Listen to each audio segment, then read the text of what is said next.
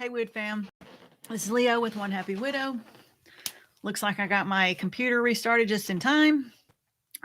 So maybe the whole technology thing might have been my fault a little bit.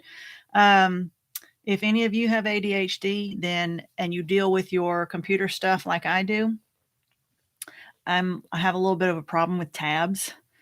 So I probably had like 3 different browsers all kind of filled up with like 50 tabs each. And so I think that I had to like really quick delete all the tabs and then restart the computer because I think I had just overloaded my computer. And if you are like me, you don't understand how hard that was to do. Okay. Because like I hold on to tabs of things that I want to do later so I don't forget. And so I had to get rid of them all. And now I have to start from scratch. So like a bunch of YouTube videos, all that kind of stuff. It seems to have worked. So a little lesson. Stop saving all the tabs.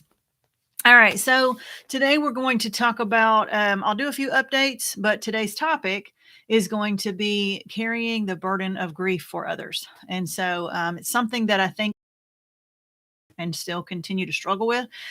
But it's not really something I ever really was conscious about until recently, and something I haven't talked about in a video yet. So this will be like a new topic, and I think it'll be something that is familiar to a lot of people who are in fresh grief or in that maybe first 6 to 12 months of grief. And you might not even realize that you're doing it until you hear the video. So this might be something that can help make you a little more aware, of how your grieving is going and might help you to try to pivot into a new direction. All right, so a few updates. I know that several people who've been following have wanted to know about my job stuff. So yesterday was my last day of my dreadful job that I hated. And so I am officially on summer vacation. Yeehaw. And I do have another job lined up for next fall. So I'll be going back to a regular school. I'll be teaching just, like special ed math like I did before.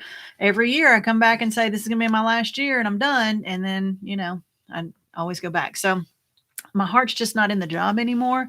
As much as I still enjoy teaching the children, I really enjoy that interaction. But as the years go by, the part of teaching that is actually teaching gets smaller and smaller, and then all the rest of the stuff that comes along with teaching is like all that, I don't know, documentation and common testing and just paperwork and documentation. It's just too much. It's like we're getting away from the reason why we're there is to teach the kids. Anyway, it's become a drag, but I still do enjoy helping people. I enjoy helping the kids. And so I have to kind of like hold on to that. So that'll be starting in, before you know it, middle of July 20th, I'll have to go back. Let's see. And I did start cleaning my basement. I even made a video about that. I think I'm going to put that as part of my crafting channel though. I'm going to be doing another channel. It's going to have to wait a while because I'm still working, but, my whole basement is full of just crafting stuff. And I started cleaning it up yesterday because I was so excited. So we're working on that. It's going to take us several weeks to get that done.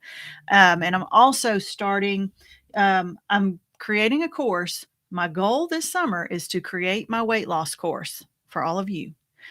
And, I want to get that done before school gets back in. So that'll be in the next 6 weeks or so that I'll be working on that course and have it ready to release. But on Monday, I'm starting like a little mini challenge as part of it. And I'm kind of using myself as a guinea pig. And so I'll be starting that on Monday. It'll be like a 3-week mini diet. And it's going to be really strict. And, I'm not giving out any secrets about what it is, but I'm trying to get myself kick-started for the summer and, going to really focus on myself and what I'm putting in my body, what I'm putting in my mouth, and I'm going to document everything. And I think I'm going to have that to be part of the weight loss course too. So I did start my weight loss program. I lost about 12, 15 pounds, and then I kind of plateaued and I just kind of like got busy. And now I need to like continue to take it, in that downward trajectory. So it's time to like jumpstart again, like jumpstart my metabolism, kick some of that sugar out of my system and all that kind of stuff. So I'm working on that. And let me see. We've got a lot of people already that are coming in. I see Teresa and Jan have joined us. And Beth Ann says, hi, everyone. Barbara from Des Moines. Marianne is waving, and Laurie is back with us. She's my little name sister because we have the same first name. And then Tammy says, hi, Wid fam. Jay Blizz, hey, Wid fam. Jonice, Jonice, yes, she's joining us. And Marianne, hi to everyone. LaDonna, hello, everyone. Lynette, guess what? So I've got two name sisters here. My first legal name's Laurie, so we've got Laurie here. My middle name is Lynette, so we've got Lynette here. So we've got two name sisters here with us. LaDonna, what time is it in France? Leo, will you extend the mini course to the beginning of next month by chance? The mini course I'm going to keep. So the only thing that I didn't extend was the Facebook part of it, because I'm getting ready to ditch Facebook as a part of not our Facebook group, but the Facebook part of the course. I'm going to move that to another platform. So the mini course will still be available. And so that should be, if it's not already in the description below, it will be by the time I release the recording. So if you don't see it down in the description, I'll add it in when I end everything and put it up for the recording. So yeah, that'll always be an option. And I'll talk a little bit more about the course in the process of this topic today, because I think it's pretty relevant. So as I said, so today we're going to talk about carrying grief for others. We're going to talk about maybe when it's time to pivot, maybe when it's time to recognize that it's time for you to put down the burden of the active grief and pivot from grief to growth, is what we like to say, and maybe how you can do that. And I'm going to give you like a little bit of something similar to what you would get in the course, if that makes sense. It's not a specific topic that's in the course. However, on hindsight, it probably should have included it, but it's just not something that came into the list. So, the reason why this topic came up is because, and again, I'm going to talk for a little while, then I'm going to go back and I'm going to look at the chat, so that if there's any questions, instead of going back and forth and getting me off task, because that's my weakness there. So if you have questions or comments, you can put all the chats that you want to. However, I might not see your question until the very end. So if I post one and it kind of gets lost in the scroll, you can just post it again towards the end. So I went to GriefShare. In case you don't know what GriefShare is, it's like a group therapy for people who have lost loved ones to death, and it is faith-based. It's always like in a church somewhere, and there's a little bit of mixed reviews, but by far more positive than negative. Most people aren't really negative about it. They either say it really, really helped them, or it didn't really do much at all. I haven't really heard anybody say, oh, it was terrible, it was such a waste of my time, or anything like that. But I would say if you're curious about it, it's worth giving it a try. And I heard so many good things about it that I decided to sign up, and I went to 4 or 5 meetings, and it's a 13-week rotating. They do 13 lessons per week, and then they just start over and it's the same 13 over and over again. And so I started, and it really was helpful, even though it was just recently. It was like in the last 3 months ago that I started doing it. And I thought, this is not going to help me because I'm 4 years out. But it actually did.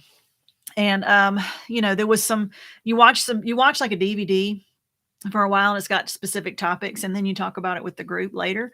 I will say that the topics on the DVD were very valid. However, they were a little stretched out. The topics were the DVDs were like 40 minutes. And I think they could have condensed it down into about 20 minutes, 25 minutes. Cause it just seemed to be maybe like these videos that I'm doing here, and a little stretched out. But, I really got a lot out of the group therapy part, because I had not done that before. And so it was kind of nice to talk to people and get their take on how they interpreted different things and how their timeline was on different things. And so that was the helpful part. The 2 reasons why I did not continue to go through the whole 13, you probably have heard this story before if you've watched my videos, but there was one person, really, really nice lady, but she just kind of dominated all of the therapy sessions, and it was kind of like the her show. And so it was hard to get a word in edgewise, and she would kind of hijack your comments and take over and talk about her. And the type, she was just that typical type. And I guess that's just what she needed. And it became kind of frustrating. And before it got any farther for me, I was like, I'm going to end up snapping on this lady and saying, look, there's more people here than just you. And I didn't want to do that because she was there to get help just like I was. And I didn't want to be that person. And I know everybody's mind was like, oh my gosh, can she let someone else talk? But, I still feel for her because I know she wasn't trying to be mean or mean spirited. So rather than to, cause like a problem, I just decided to not go back. And so I might go through another round of it later with a new group of people. But at the same time that I decided not to go back, I joined the choir at church. And it just so happens that choir practice is the same time at the same church as the GriefShare meetings. And so I was like, okay. Anyway, this topic came up at one of the meetings, and I actually brought it up as I was talking. And when I got done, I was like, man, that was a pretty good observation that I came up with about myself. And so I was like, I need to share this. And so I realized that this is what had happened. So you go back to, if you're in fresh grief, you are probably going through this right now. Especially if you're like in the first 3 to 6 months. And even if you're a little farther, you might still be doing this. And so if you're farther along and you're ready to start pivoting and you're ready to start looking forward to your future and figuring out life without your person, you probably, and if you find that you are doing this, then you probably want to think about how can you change that about yourself. So I realized that, I was getting triggered a lot. So let's say I'm driving to work and I'm going past, I go past this school where there's a gym where my daughter practices basketball. And Dewey was able to watch her play basketball for, I think, 2 seasons. Now I can't even remember. See, it's time just muddles your memory. It was either 1 or 2 seasons that he was able to watch her play basketball. And he was actually a basketball referee, and it was his thing to watch his kids play basketball. He loved it.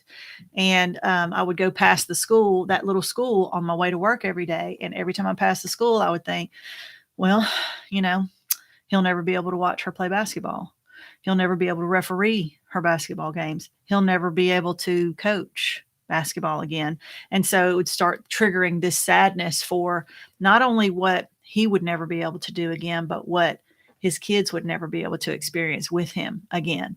And it would trigger me, and then I would start crying, and then I would get to work and I'd be crying, and I'd have to sit in my car and doctor myself back up and, get myself ready to go, straighten my little crown, and go to work so that people wouldn't look at me strange when I was walking into my job. And so finally I just started having to take another route to work because this was, past the school every single day. But what I realized was that I was not just grieving my own loss. I wasn't grieving the loss of my husband. I mean, I was, but not just that.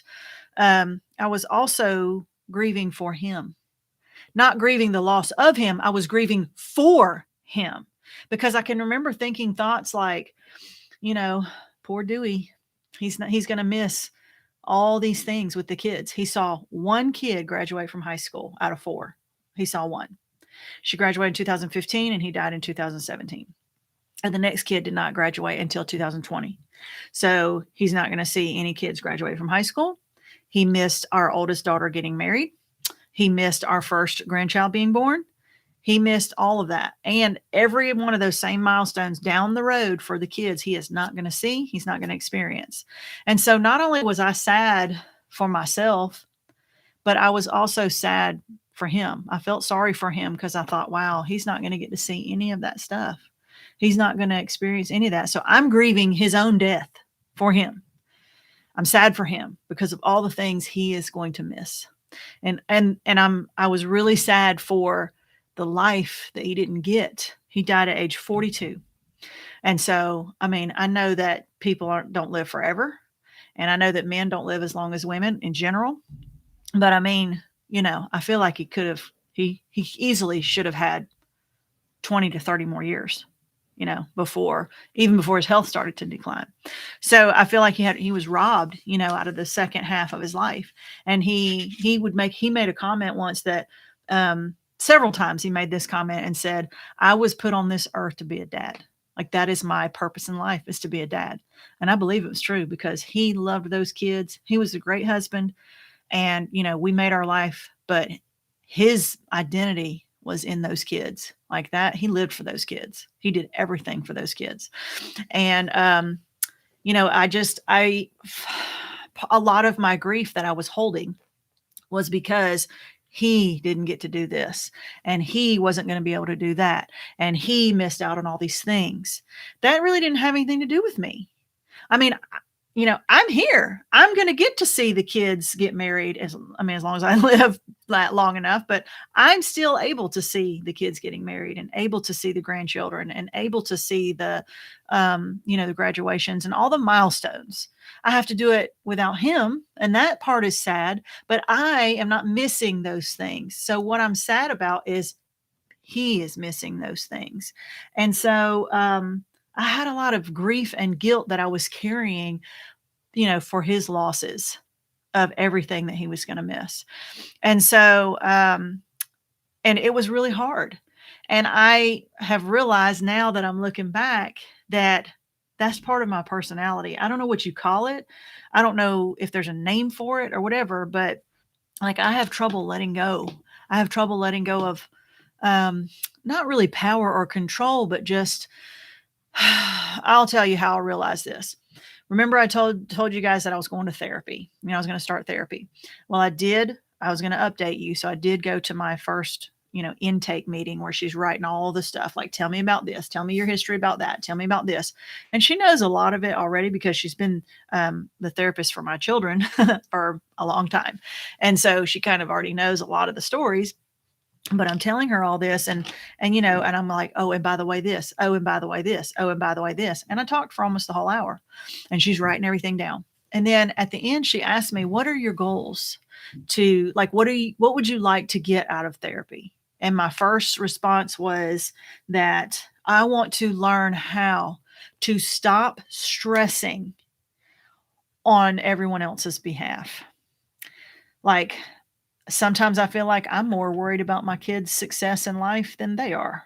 Like I'm worried, what if my kid doesn't, get a good job? What if this kid ends up, being on drugs or something? Like none of my kids are on drugs, but like, I worry like that they're not going to succeed or that they're not going to be happy or that, this grief that they're carrying for their dad is just going to ruin their lives. Or like, I carry a lot of worry and stress for my children.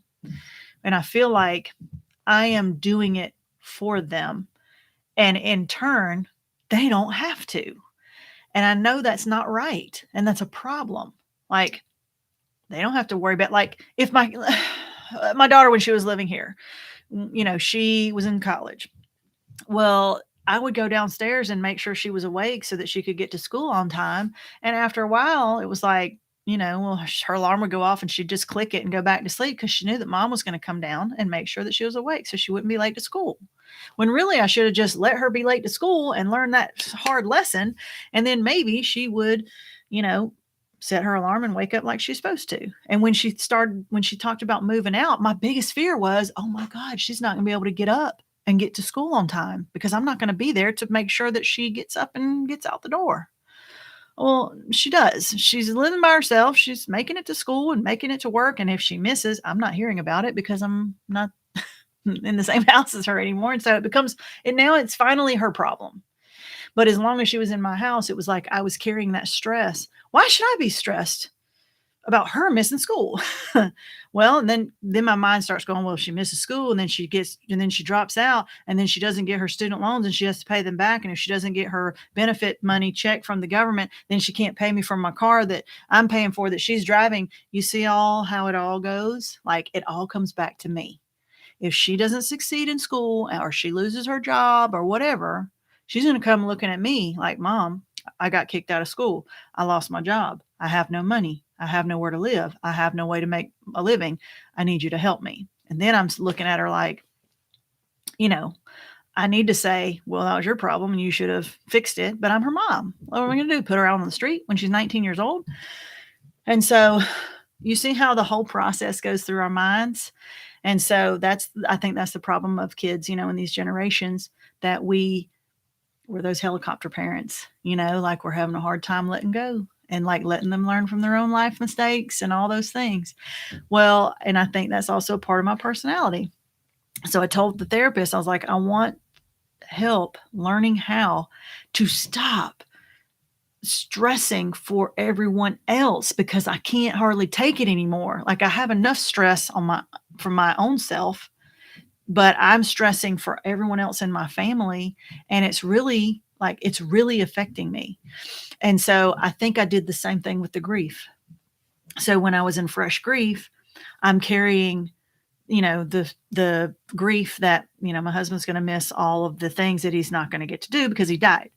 I'm also grieving for my kids because they lost their dad and they are not going to get to have all those experiences with him either. They're going to be growing up without a dad, and I never can change that. And I can remember a recurring thought in my mind was that, like, as a parent, our main job is to make sure that our children are safe and to keep them from danger or from hurt, to protect them. Right. And I can remember thinking over and over again after he died that I can't protect them from the grief. Like, I can't protect them from the loss. I can't fix this problem. No matter what I do, no matter how hard I try, I can't bring their daddy back. Like, I will never be able to do that. I can support them. I can get them therapy. I can hold their hand. I can say, I'm sorry. But, like, I can't fix that. I can, like, how powerless you probably do. If you have children, you know how powerless you feel because you're seeing your kid in pain over losing this parent. You can't fix that.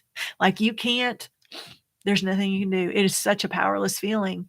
And it's probably one of the saddest things that I dealt with in my grief was knowing that my kids were going to have to go through this and feel it. And I couldn't do it, but I still think I tried anyway. I still grieved, I still carried part of their grief for them.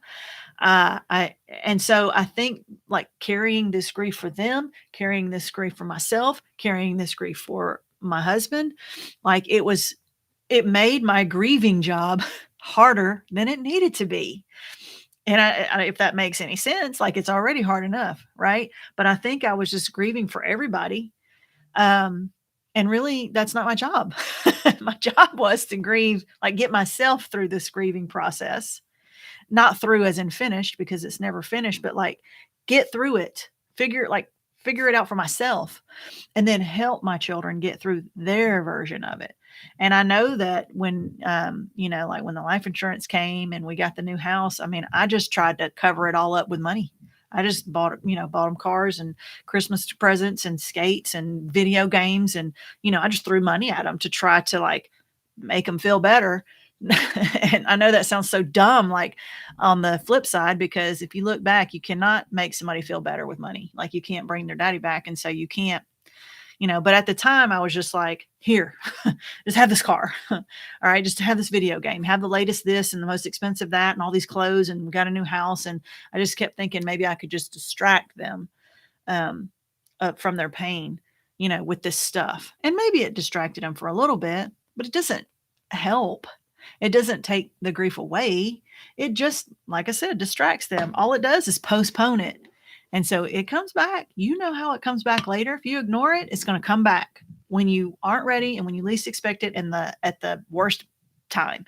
Just like if you don't allow yourself to cry, you're going to cry at some point. It's probably going to be like in a meeting at work or something, or in the middle. Like, I've broken down in the middle of church before several times. Like, if you don't allow yourself time to cry, your body's going to do it for you, and it's just going to pick whenever time it feels like it, whether it's convenient or not. It could be in the middle of the grocery store. It could be in the middle of the dentist office. It's going to come. It's going to get you. And so I think I finally just had to realize that, as far as the grief part goes, I finally just had to realize that, first of all, I'm a Christian, and I do believe that my husband is in heaven.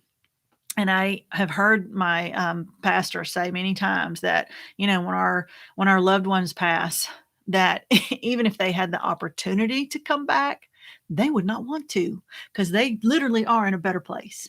And so even if they could come back, they would pass on that. And so, you know, if I use that thought process and analogy, like, yeah, he still technically is missing all these things, but he is in a better place and he is out of pain. And, you know, he's better off than I am right now because I'm the one here dealing with all the stuff. Like he's doing whatever it is that he's doing. So, and even if it's not a Christian thought, it's still, there's not anything you can do once your person is gone. You can grieve for them, you can carry their grief and yours like hand in hand right next to you, but it's not going to do anything. It's not going to make them feel any better. They don't care. They're gone. Like they are not here anymore. And so it's futile and fruitless for you to double your grief burden. Because you're not going to help them. Like they don't need to go through the grieving process. You do. And so I don't know how it was that I finally came to that conclusion, or if it just kind of faded out like over time. I don't remember. I don't remember there being like a revelation, like, oh, I don't have to grieve for him anymore. I don't remember that happening, but I just remember I just finally just had to let it go. Like, and there was some guilt, there was some guilt involved in there because it made me feel like I was leaving his memory behind, or like letting go of my support of him so that I could better support myself. And then I just had to remember that he doesn't need my help anymore. He doesn't need me to grieve for him anymore. He doesn't need me to help support him anymore. His work here is done. I need to focus on me, and I need to focus on helping my children. And grieving for them is not helping them. And so I'm still struggling with that. Like I said, the therapy that I talked to her about was just last week. And so it might not be the grieving part as much anymore, but now it's just the stressing. It's just the worrying for them. And I think that's just a parenting thing that we do. But I do want to learn how to relinquish, some of that stress for them so that I can focus on my own grief. I have a living husband right now that is grieving his wife, and he does need my support in grieving, through his grieving process. And so I need to focus on supporting him. And so, it's just trying to do those transitions. And so that if you are in that situation and you are thinking about, especially if you're in fresh grief, are you grieving for your lost spouse? Are you carrying his grief or her grief in addition to yours? Because if so, it's time to stop. And I know it's easy to say that and harder to do. I'm just saying that you might be doing it and not even realize. So if you're thinking about it, let's think about it and maybe pay attention to, am I doing that? Look inside yourself and do some self introspection and see, are you carrying grief that you don't need to carry? And if so, how do you let it go? How can you let it go? The first thing is recognizing that you're doing it. And then second thing is, you want to change so that you can focus on yourself. And then the third thing is, how the heck do I do that? Right? So if that's where you are, then that's where the pivot course, could be a helpful resource to you. And so the pivot course is something that I've had for several months. I've had several people go through the course. I have a mini course. It's 7 lessons. It's basically the first module of the big course. It's 7 lessons, and it just goes through its videos and printables and things like that. And it's just some lessons on, it's just changing routines, changing bad routines, creating new routines, changing your mindset and how you think about things and thinking about it in a different way. It's just every lesson is something a little bit different topic. The full pivot course is the same thing as the mini course for the first module and then 3 more modules. So it's a total of 28 lessons, and it will take you, I call them daily lessons, but they really don't need to be done one day at a time, because you would never be able to do that. But it's 28 lessons. And honestly, if you went through them the way they're meant to be, gone through all of them, it would take you a few months to get through them, at least a few weeks, if not several months. Even if you went through one a week, it would take you about 6 months, to get through them. But I do think it would be helpful if you're ready to, to pivot from that, carrying around that grieving every day, to try to look forward to living every day with your grief. It's not leaving your grief behind. It's just putting a focus on life with grief in the background instead of focusing on grief with life in the background. Okay. We just got to like switch things around. And that's why we call it the pivot course. And so if you think that you are there and you need a little bit of help, getting over that and pivoting into that direction, then I think that the course would really be helpful for you. All right. And so I want to talk about if you feel like you're in that where you're carrying that burden of grief, for your spouse or for your children or for other people, then I do have one thing to maybe get you started in the right direction. All right. And so it's basically, it's common sense, but sometimes the most effective solutions are the most simple ones. And you start thinking, why in the world did I not think about that? But it's just about being aware, and it's about consciously thinking things in a certain way. And sometimes once you look back, you're like, wow, that was so simple, or wow, that was so obvious. And why didn't I think of that? But you need somebody else to tell you because your mind won't go there on its own. All right. So I made a few notes. So sorry if I'm looking down here. So first of all, I did a video about playing the victim. All right. When we are in really fresh grief, like right at the time when our spouse dies, like in the first couple of months, let's say, we're not playing the victim. We are the victim. Okay. You are in intense grief. And that is all you're thinking about because it has taken over your life. Your whole life has been turned upside down. Like we made the analogy before that, like take your house, turn it upside down, shake it up, and then put it back down on its roof. That's basically your entire life.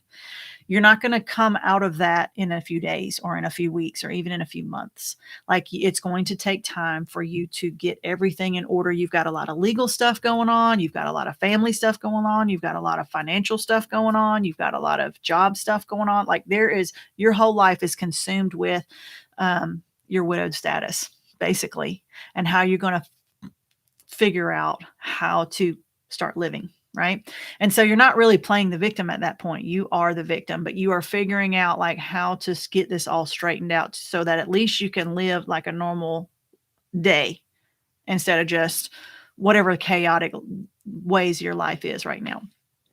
But after that point, then some people start to do that natural pivot, where they start looking forward and their life sort of starts to straighten out a little bit, day at a time.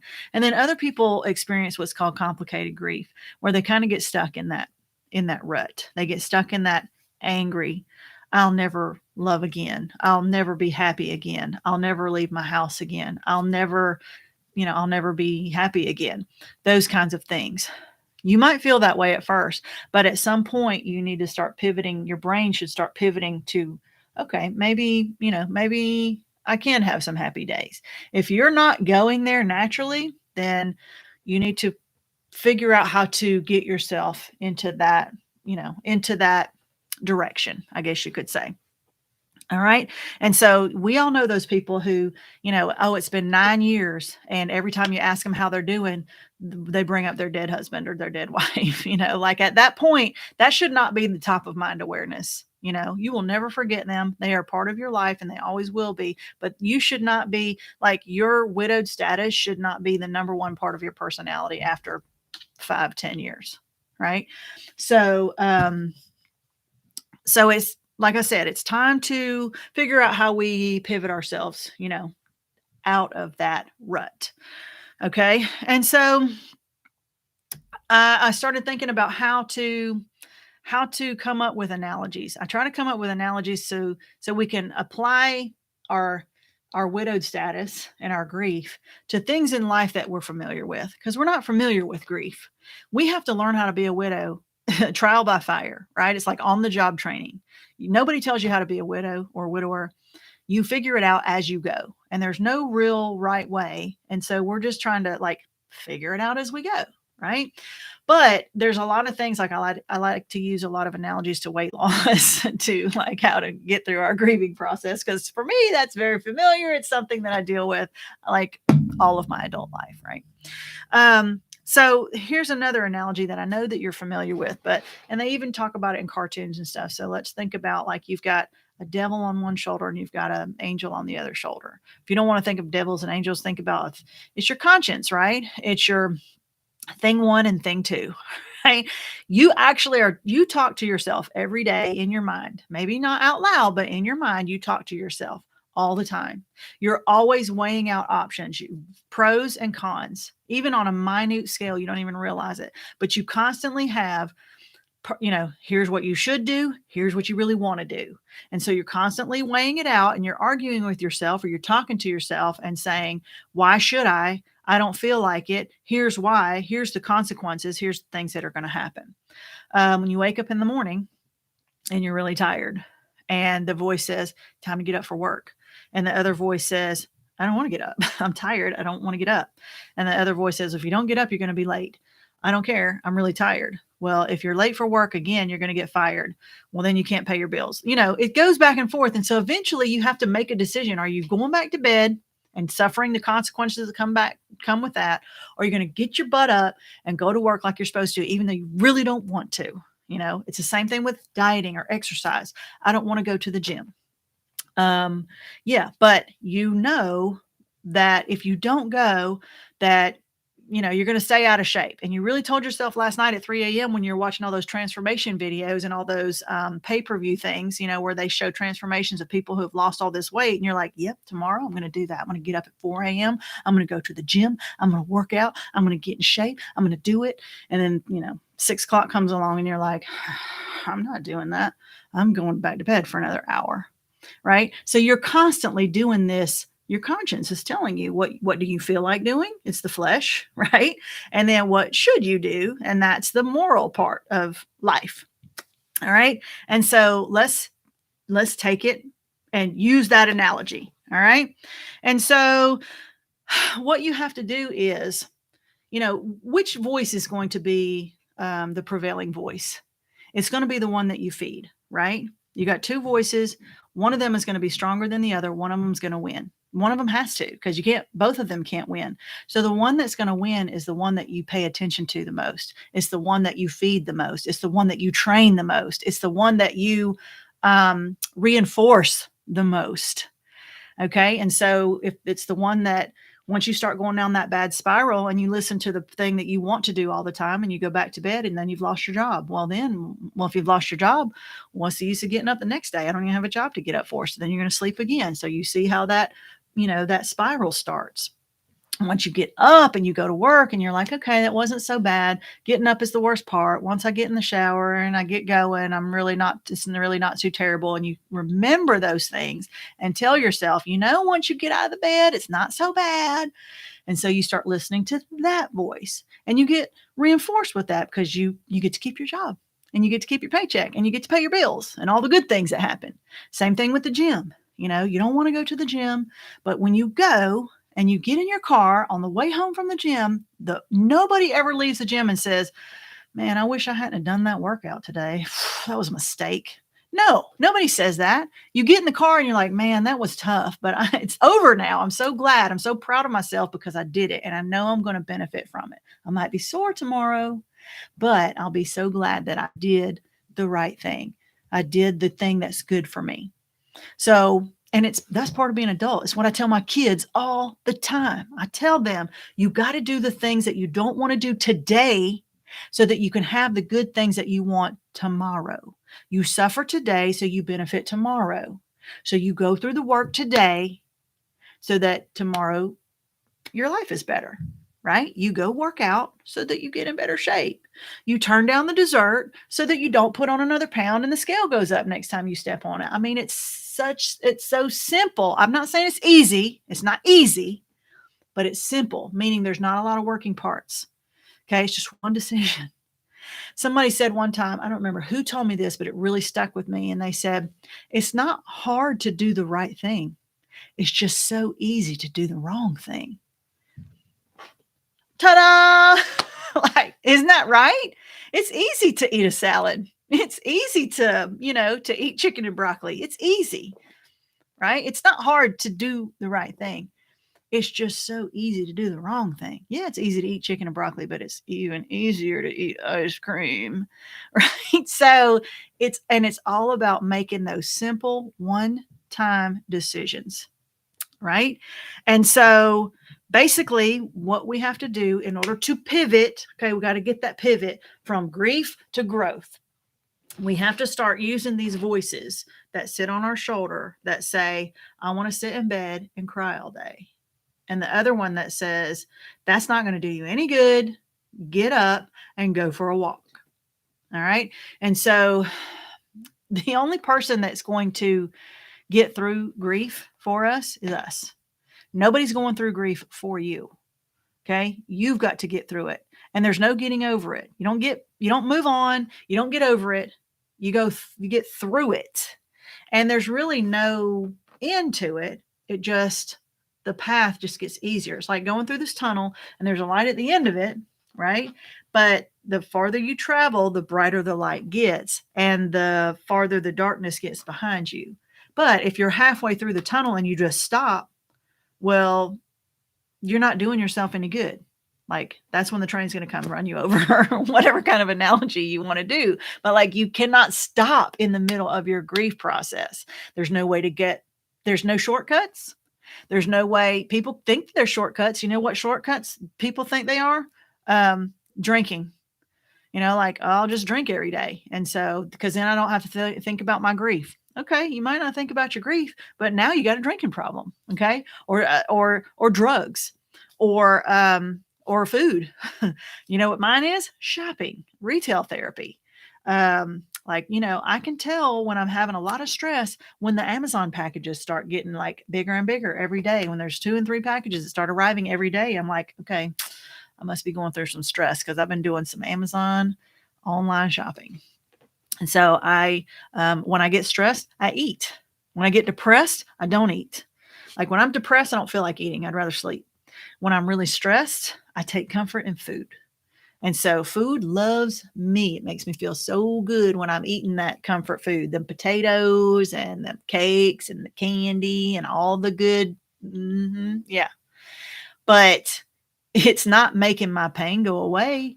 It's just distracting me from thinking about it and feeling it for a little while I feel good for that food that's in my mouth and in my tummy. And then later on, when I have indigestion and I step on the scale and I'm like, why did I do that? I knew better even when I was doing it and I still did it. It's not about changing like your whole life all at one time. It's one decision at a time. And it's about when thing 1 and thing 2 is sitting on your shoulder, you listen to thing 1, the moral part, the thing that you should do, and you shut down the thing that says, I really feel like taking a drink. I really feel like eating some ice cream. I really feel like ordering that, whatever it is on Amazon. I really want to just go back to sleep and not wake up. And so that is how we start to do the pivot. Okay. I mean, I know, like I said, it's not easy, but it is simple. And there's a difference. It's not easy to do, but there's not a lot of moving parts. It's just one decision at a time. It's about routine. It's about consistency. It's about doing the same thing over and over again. How do you eat an elephant? One bite at a time. How do you climb a mountain? You don't look at the top. You look at the one step in front of you. You take one step. You didn't have to climb the mountain today. You just had to take one step today. Tomorrow you take another one. The next day you take another one. And you try not to take too many steps backwards. And over time, however long that is, you get to the top. But if all you do is look at the top and you're like, oh, yep, can't do that. Impossible. I'll never make that. You don't have to look there. You just have to look here. So that's what we're going to do. Okay. So wherever it is that you are, if you're carrying the double grief, the first thing we're going to do is recognize that's what you're doing. Okay. Think about yourself. Are you doing that? Are you feeling bad and carrying some grief for your spouse because of all the things that he or she is not going to get to do? Are you feeling sad for them? Are you grieving for that? Because you're wasting your tears on that.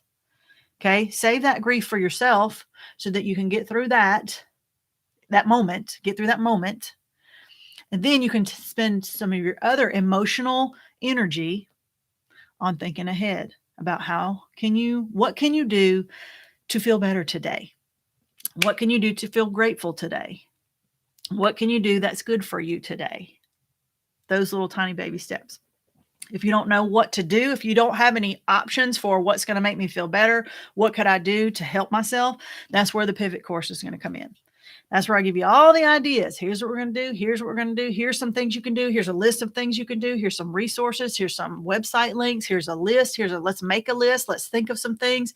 It's all encompassing, but we come up with all these different ideas of how we're going to retrain our brain to think in the positive instead of automatically thinking in the negative, if that makes sense. All right, let me see if I missed anything in my notes, because I think I pretty much covered everything that I wanted to do. I want to mention two little thoughts, and you probably have heard them before, but yeah, I think that's pretty much it. The two little mottos or whatever that I've heard that I go over a lot is, if you keep doing what you're doing, you keep getting what you're getting. And I know you've probably heard that before. Okay. But if you continue to live in this cycle of grief, you're going to continue to live in the cycle of grief, right? The only way to get out of it is to get yourself out of it. So that means you got to start doing some different things. You have to start thinking a different way. You have to start telling yourself different thoughts. You have to start speaking to yourself in a more positive way, because you know that you will listen to yourself before you will listen to anyone else. Believe it or not, you talk to yourself every day and you listen. And so what you have to do is teach the part of your brain that's talking to you to talk to you in a productive and constructive manner. And it takes work. It doesn't happen automatically. You have to work at it. You have to consciously work at it. Okay. And the other one is, I know you've heard this one before, but what's the definition of insanity? Is doing the same thing over and over and over again and expecting different results. Okay. My students are, by that definition, all of my students and my children are insane because they do the same, make the same dumb choices, and they think that they're going to get different results. They think something's going to get better, but they continue to not clean their room and they wonder why they don't get their technology back. And so in order to get different results, you have to do different things. Okay. Because whatever it is that you're doing is getting you the results that you have right now. So if you don't like the results, then you have to do something else to get different results. And if you don't know what those are, then your job is to find out, whether that be to join our Facebook group. And if you want to know, if you're not already in the Facebook group, then there's a link in the description below for the Facebook group, or join some other Facebook group. Go to individual therapy, go see a doctor, go to GriefShare, go read some blogs, go read some books. There's so many resources out there, but they're not going to knock on your door. Okay. People only knock on your door for about a month or so and bring you casseroles. And then after that, they get on with their lives and they forget all about the fact that you're widowed and you're still stuck with your grief. Then it's your job to go out and find that help that you might need. Okay. And if you're not getting the help that you need, it ain't going to knock on your door. You've got to go out and get it. All right. And so that's what another thing that the course does, is helps you to figure out, where are those resources? What is out there for me? How do I find it? What's free? What costs? All those kinds of things. All right. And so that's pretty much all I have for the topic today. So I'm going to go back and look and see if I can do some, glancing over the chat. And you tell me, who of you who is watching in the live chat, who is carrying more grief burden than just yourself? Are you carrying a grief burden for somebody else, for your spouse that has passed away, for your children, or for other people, in your family, or people that you care about? Who is doing that? I think a lot of us are, and you probably don't even realize it, and maybe didn't realize it until you started to really think about it. And you're like, you know what? I think I am. So I'm going to go back and see if I can pick out a few comments. So, let's see. I carry a grief. Lynette says, I carry a grief that something could happen to me and leave them without any parents. Lynette, I totally went through that. In the very beginning, that was my first thought, was, oh my gosh, my husband died of cancer at age 42. And I wasn't in the greatest of health, and I was pretty good overweight, especially in that last little bit, because when he was in there, he was in hospice, and he was going through all of his cancer treatments and all that. I wasn't cooking. I was going through the drive-through, and so I was stuffing myself with comfort food, and I was getting fatter and fatter and fatter. And I realized that, if I had a heart attack or got diabetes or had some kind of something happen to me, that my kids would be orphans. And I freaked out. And the first thing I did was I stopped eating, junk food, and I started eating better, and I started exercising, working out, and I lost like 50 pounds, and I felt awesome. And running became my therapy, and working out became my therapy. And then I hate to say, but I got married. I got remarried, and I'm trying to get myself back on track now. But Lynette, I totally get what you're talking about, because I had that same, like, my kids were all at home still. I had 4 kids still all at home. And I was like, oh my God, what happens to them if I die? So I had to do everything that I could to try to, I can't keep myself from getting, hit by a car or something, but I could keep myself from getting diabetes, having a heart attack, having a stroke, those kinds of things. Let's see. I feel so much better knowing eternity is forever and I will see Keith for eternity. Exactly. I feel the same way. But at the same time, while I'm here on earth, I still have to live my best life, and I have to figure out how to do that. And I have to help my kids to also figure out how to do that. Rhonda, my husband who died is Keith as well. Leo, this is a great message. I needed this. Lynette, how long have you been widowed? Keith and I were married 25 years. Been widowed now 4.5 years. I was widowed at age 50. All my kids are adults, none married, no grandkids. So yeah, I'm coming up in a few weeks. Actually, I'm coming up on the 5-year, and it's kind of very weird to me to know that it's been 5 years, because 5 years just seems like such a big chunk of time, and I don't know how I'm going to handle that one. Like the first one was tough, the second was tough, and then the third and the fourth one was like, okay, it's always tough, but not so intense. And I think number 5 might be a little rough, just because it just seems so big. I don't know. I'll let you know. Lynette says married nearly 33 years. JP, my husband, was married 33 years also. He passed 1/4 of this year. 13 kids, 6 still at home, 14 grandkids. Oh my, Lynette, you have your hands full. Hopefully your kids are helping you. Hopefully you are getting help from your children, because that is a lot of responsibility. Naomi, talking to myself helped me figure out life as a widow. I even laughed at myself for doing this. Yeah, we talk to ourselves every day. We all do. We might not think we do. We might not consciously do it, but that's how you function. Your brain tells your body what to do, right? And so, we all do this to some level of consciousness or not. Sue says, hey, all. Jonice says, I honestly don't grieve about things he is missing out on, because I honestly believe he sees it all. I do. Yeah. I that kind of helped me too, Jonice, is to knowing that, like, he's not really missing it. Like, I don't know exactly what he can see from heaven, and I don't know how it works. I haven't been to heaven. Like, I don't know, but I can maybe just make up some things and say, yeah, I think that he's there, and I think he's seeing, and I think he can watch from, so that did help bring me some comfort also. I was not as strong in my faith when he first died, though, as I am now. And so I'm kind of growing as a Christian over time. And so Tim says, I use lists a lot. That's a very good idea. Lists. I'm great at making lists. I'm not so great at like doing the things on the list. I'm a good list maker. I'm not really a good list doer. So Marianne says some good advice. I have found myself talking a lot to myself. I do constantly worry about my grown children. Jonice says, I so relate to your story about your daughter oversleeping. Carol says, from Sierra Vista, Arizona, thank you. You've opened my eyes to many things. Great session like always. Thank you, Teresa. I've been thinking of my grown children who will be dealing with their first Father's Day without them. Marianne, yes, I understand that one. Dewey actually died the day before Father's Day. So he died on Saturday, and Father's Day was that next day, Sunday. And so that was like, I don't really remember that day. I just remember thinking, how sucky is this that my kid's Father's Day is like their dad died yesterday. So, and it was a week after our 17th wedding anniversary. So it's all, there's always going to be like connections with dates and numbers and things like that. And in the one way you can kind of think about it, but sometimes all those numbers start to take over part of our grief. And at some point it's time to, like, have you ever heard anybody post like, it's been 10,792 days since they died or something? I don't mean to laugh, but it's like, have you ever seen somebody post something like that? And I'm thinking, if you're really like, if you have that many days, I don't know, 10,000, but like, if it's been years and you're still counting exactly how many days since they died, I'm not trying to make a blanket judgment, but I'm saying you might be focusing a little bit too much on your grief journey and not enough on your day-to-day life. I'm not a therapist or a doctor. I'm thinking maybe. I'm just thinking maybe you might think about finding some resources to get some help to get you like moving in the right direction. But that's just my opinion.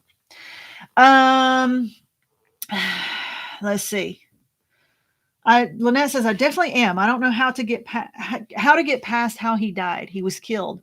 I'm still finding out all that happened to him, and I relive everything over and over again. I feel so guilty. Lynette, that is, I am so sorry. That is something that I have heard a lot of people have talked about. Like PTSD is very common with widows and widowers who deal with a traumatic sudden death. And that one, since mine was a prolonged terminal illness. And so it's a totally like our grief stories for people who have anticipated grief and sudden grief is so different in the very beginning. Like fresh grief is so different for those two, like different categories of grieving people. Eventually, over time, it kind of melds into like a similar type of a grief, over time. But it's tough, to try to speak to because I don't have experience with that, and I don't know your situation and your details, but I can pray for you. And I know that sometimes with those traumatic things, therapy is something that might be helpful. So it might be something that you can't manage on your own. It might be something that talking to yourself and these resources that we talk about in my videos and things like that might be helpful, but it may be something that is more intense that a doctor might be able to help you with, or some therapy might be able to help you with. So you might consider that, especially with the kids. I will say this. I don't care what people say. Every kid who's lost a parent needs therapy. Everyone. Because they're still trying to figure out how to deal with their grief. And they're going to come up with ways to deal with it that are not healthy. And so since they're still trying to like figure out their lives and their brains and their developments, they really need a good therapist to kind of help them deal with that thing. And I wish I had known that. I wish somebody had told me that in the beginning, because I waited because I was like, oh, they're fine. They're good. Like they're in school, they're making good grades, and they seem, to be happy, and they're, like they're good. They weren't. They're just stuffing it down inside. And like I said, I'm buying their happiness, right? I'm just giving them stuff and I'm spending money on them. And we're like, they're totally their grief. And so I wish, hindsight's always 2020, but I definitely should have gotten them. Even when he got sick before he died, I should have got him in therapy then. And I wish I had. I finally did get them in, but it was after, a lot more damage had been done, and now we're trying to undo. So Lynette, I would definitely say if your kids are not in therapy, your minor children, like the ones that are still living with you, I would highly recommend. And even if it's like my kids go to therapy that's faith-based and it's free. So, like I don't even have to pay for it, and it's good. It's really good therapy, and it just happens to be right next door to my house, but it's under our church. So if there's a situation like that, it might help you too. Laurie says, I was grieving for my son that his dad will not be at his wedding. I have been trying to think about the positive and not dwell on what we all lose by my husband being gone. So that's a perfect example, Laurie, that I was talking about, is that you're grieving, in place of him or in addition to him. Like you're also feeling that grief that he's probably feeling. And so it's kind of like you kind of can't help it, but at the same time, we have to learn how to let go of some of those things without feeling too guilty and stuff like that. Tim says less than 5 months. It is hard. It comes in waves. Tim, the 5 months point. Yeah, that is tough because you're probably starting to, to transition from one phase of grief to another, or one stage of grief to another. And usually about the 3 to 4 month time period is when our support system starts breaking down and like just getting on with life and sort of leaving us. And then we start saying, wait a minute, I need some help. And then we feel guilty about asking for help because it's like, well, it's been however long. And I know they're going to think, well, why, shouldn't she be feeling better by now? And so it's a really weird transition from that where everybody's helping you and everybody's checking on you to when they just kind of stop. It usually happens about 2 months in. Joni says, my children are not with my husband, but he raised them. My oldest daughter was not Dewey was not her biological father. So, but we got married when she was 2 and he raised her too. And so I kind of can, you know, can relate to that as well. And her biological dad's still alive and she doesn't speak to him. And when she tells people the story, she tells people, my dad died when I was 19. She doesn't say my stepdad or whatever. She just says my dad. And she knows he wasn't her biological dad, but she sees him as that. And she feels that loss too. Let's see. So Jonice says yes, her husband was killed in an accident. So that's another, like Lynette was talking about, that traumatic, kind of start to your grieving process. And so it's a little bit different, a lot different probably than the anticipated kind. Not that one is easier or harder or anything like that. It's just a completely different way to enter into the grieving process. Tim says it used to be nonstop, so maybe only waves is improvement. Definitely. It goes from being nonstop to being, you'll have maybe one day that's a little better and then several days that's not. And so it does. It's kind of like how the seasons change, right? You don't just go from like fall to winter. You kind of go, you have a cold day and then you go back to a few warm days and another cold day and back to, so, it just kind of slowly transitions into things getting better. And Tim, what you can do is if you write it all, or, write in a journal, write down your feelings and write down, even if it's just once a week, and just keep your thoughts on some paper and go back every month or 2 or 3 and read it, you'll really be able to see the difference then. You don't see, it's like watching your hair grow, right? You don't see your hair grow every day in the mirror, but you see a picture of yourself from 4 months ago if you haven't had a haircut and you realize, oh my gosh, my hair has grown so much. It's kind of like that. It happens so gradually. You only notice it when you look back over larger chunks of time. So Marcia says therapy is helpful. Yes, therapy is a great tool. Thanks for sharing, everyone. Barbara says, I wish you were my friend in the flesh. You're wonderful. Thank you. That's so sweet. So, well, I'm working on some things for you guys. Like I'm working on some stuff. So I am working on a community that we're going to be able to, people will be able to join, that will be a lot more person to person. And so I'm hoping to have that up. My 2 goals for this summer, before I go back to work full time, is to finish my weight loss course and to set up my community.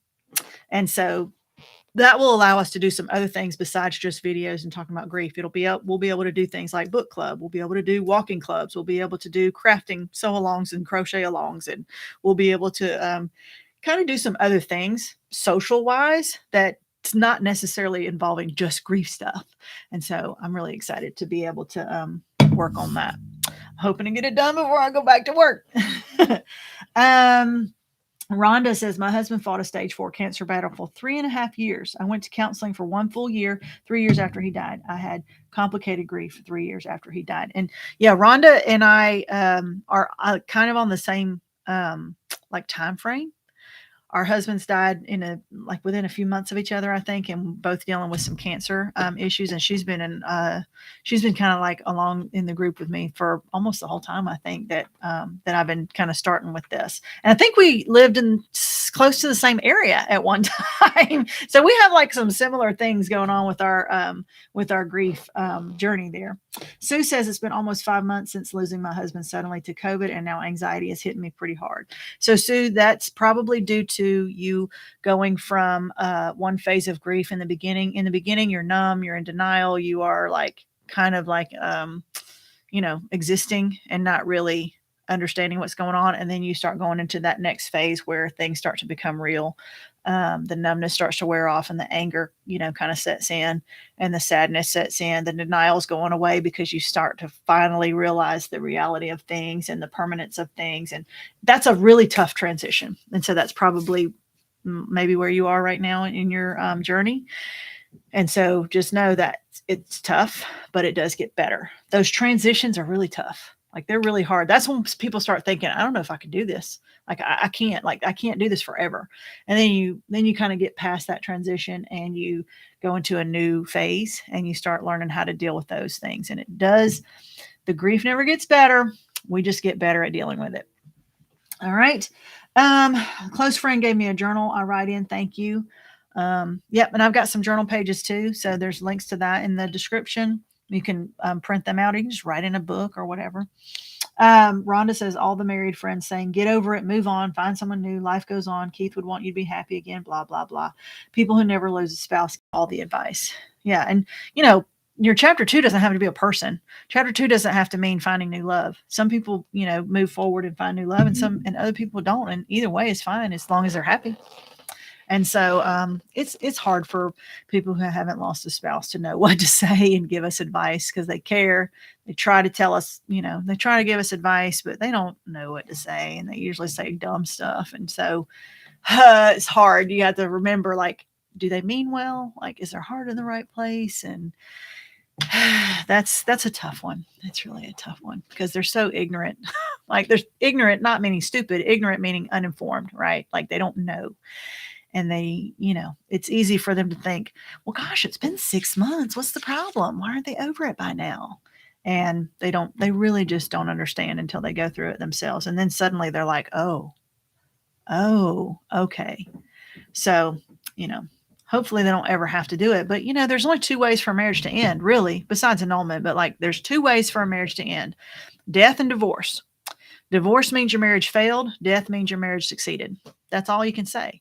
So it's really sad to say that a successful marriage ends in one of you being a widow or widower.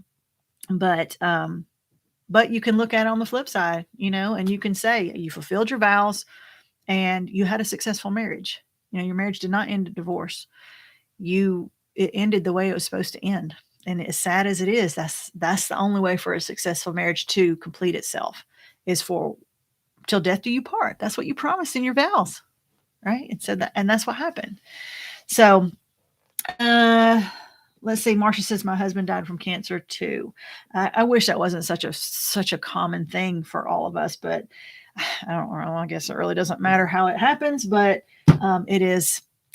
What's really sad is my first husband got cancer at age 41, and my second husband got cancer at age 41. Luckily, my third husband was 52 when we met and past 41. So hopefully he is safe from the 41-year-old cancer curse that we don't like to talk about. So I probably shouldn't joke about that. But my first husband did not die of cancer. He just contracted it. By the time he got cancer, we were already divorced. But anyway, just kind of like one of those weird number things, right? Just one of those weird things. My husband had cancer also. So yeah, unfortunately, it's just, I hear about people who talked about their spouses that had suffered from cancer for years and years. And that's something I have a really hard time even like fathoming, because Dewey had cancer for 4 months and it was so horrible and so excruciating and so painful for everybody, physically painful, emotionally painful. It was like, you put your life on hold while they have cancer. You kind of try to live, but you're kind of living like in a quasi sort of, it's almost like you're walking on a treadmill. You're walking, but you're not really getting anywhere. So everything's on hold because you're kind of focusing on the cancer that's taken over your life. And I just could not imagine dealing with that one for years and years. And so my heart really goes out to people whose spouse suffered for a really long time for that. And gosh, I don't really know what to say about that, except for I'm praying for all of us. All right. So hopefully this gave you something to think about. If you are realizing now that maybe you're carrying a burden of grief that is heavier than you should be carrying, focus on yours. Focus on your grief. Focus on supporting your children through their grief, not grieving for them or in place of them. Like, don't do it for them. Okay. Just help them learn how to do it. It's okay. Don't be afraid to cry in front of them, because they need to see how you are handling your grief so that they know how to deal with theirs. If they don't ever see you cry, number one, they're going to think it's not okay to cry. And number two, they're going to think that you don't care about your lost spouse enough. Because that's what my kids did. They didn't think that it bothered me too much because they didn't ever see me cry about it. And I didn't realize until later that they thought that meant, well, it didn't really bother mom. She just went a couple years and did her own thing, and she never really cried. And then she found a new husband and replaced daddy. And then that was it. That's what it's simplified. That's what went on in their mind. And so, how wrong they are, but there's no way for me to convince them otherwise. So, okay. So that's going to do it for this week.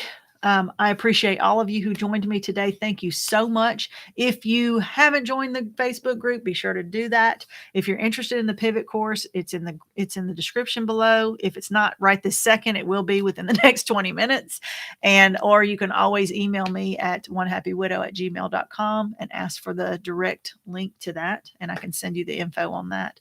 But in the meantime, hang in there, and I care about all of you, and I appreciate you coming and joining me. And I hope that all together we can sort of help each other, because you guys help me too. These videos are kind of like therapy for me, but I hear the stories and I know that I'm not alone.